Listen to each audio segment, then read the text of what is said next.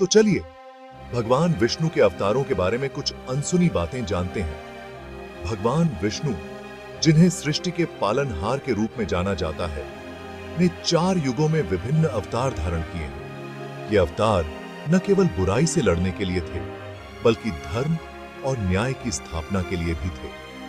सतयुग से कलयुग तक के इस दिव्य सफर में चलते हैं। हर युग में भगवान विष्णु ने अलग अलग रूप धारण किए और अपने भक्तों की रक्षा की।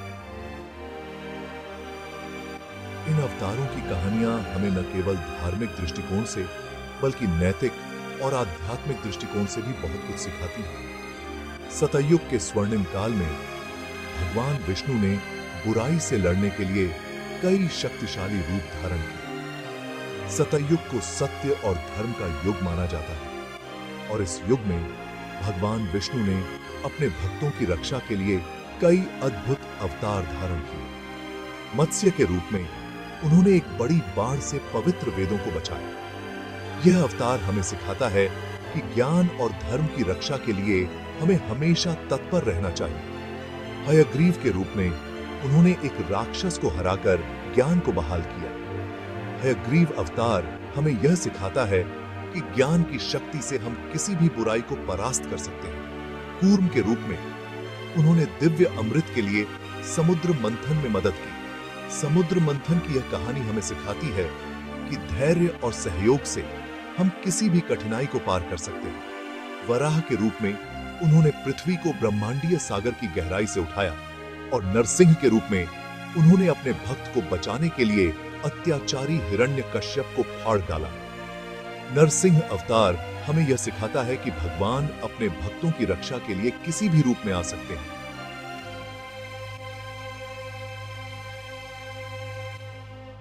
त्रेता युग में विष्णु वामन के रूप में लौटे।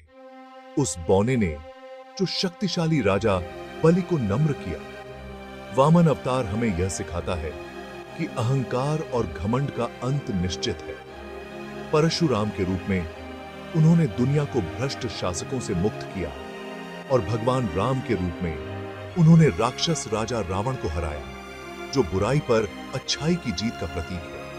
रामायण की यह कहानी हमें सिखाती है कि सत्य और धर्म की हमेशा विजय होती है। द्वापर युग में कृष्ण के रूप में विष्णु के अवतार ने महाभारत में एक महत्वपूर्ण भूमिका निभाई। कृष्ण का अवतार हमें जीवन के विभिन्न पहलुओं को समझने और धर्म के मार्ग पर चलने की प्रेरणा देता है। उन्होंने कंस को हराया और युद्ध के मैदान पर भगवत गीता का ज्ञान दिया। अर्जुन और लाखों लोगों का मार्गदर्शन किया। गीता का यह ज्ञान है। यह ज्ञान हमें जीवन के हर क्षेत्र में सही निर्णय लेने की प्रेरणा देता है। कलयुग में बुद्ध को विष्णु का अवतार माना जाता है, जो शांति और ज्ञान का उपदेश देते हैं। बुद्ध का अवतार हमें अहिंसा, करुणा और शांति का महत्व सिखाता है। आगे देखते हुए विष्णु के कल्कि के रूप में लौटने की भविष्यवाणी की गई है, जो एक सफेद घोड़े पर सवार योद्धा है, जो धर्म को बहाल करेगा।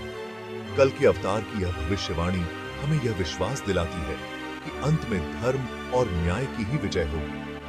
प्रत्येक युग हजारों वर्षों तक फैला हुआ है। सतयुग 17-28 लाख वर्ष, त्रेता युग 12-34 लाख, द्वापर युग 8-64 लाख और कलयुग 4-2 लाख वर्ष तक रहता है। इन युगों की अवधि हमें यह सिखाती है कि समय के साथ साथ धर्म और अधर्म के बीच संघर्ष चलता रहता है। सचमुच भगवान विष्णु के अवतारों की कहानियां कालातीत और विस्मयकारी हैं।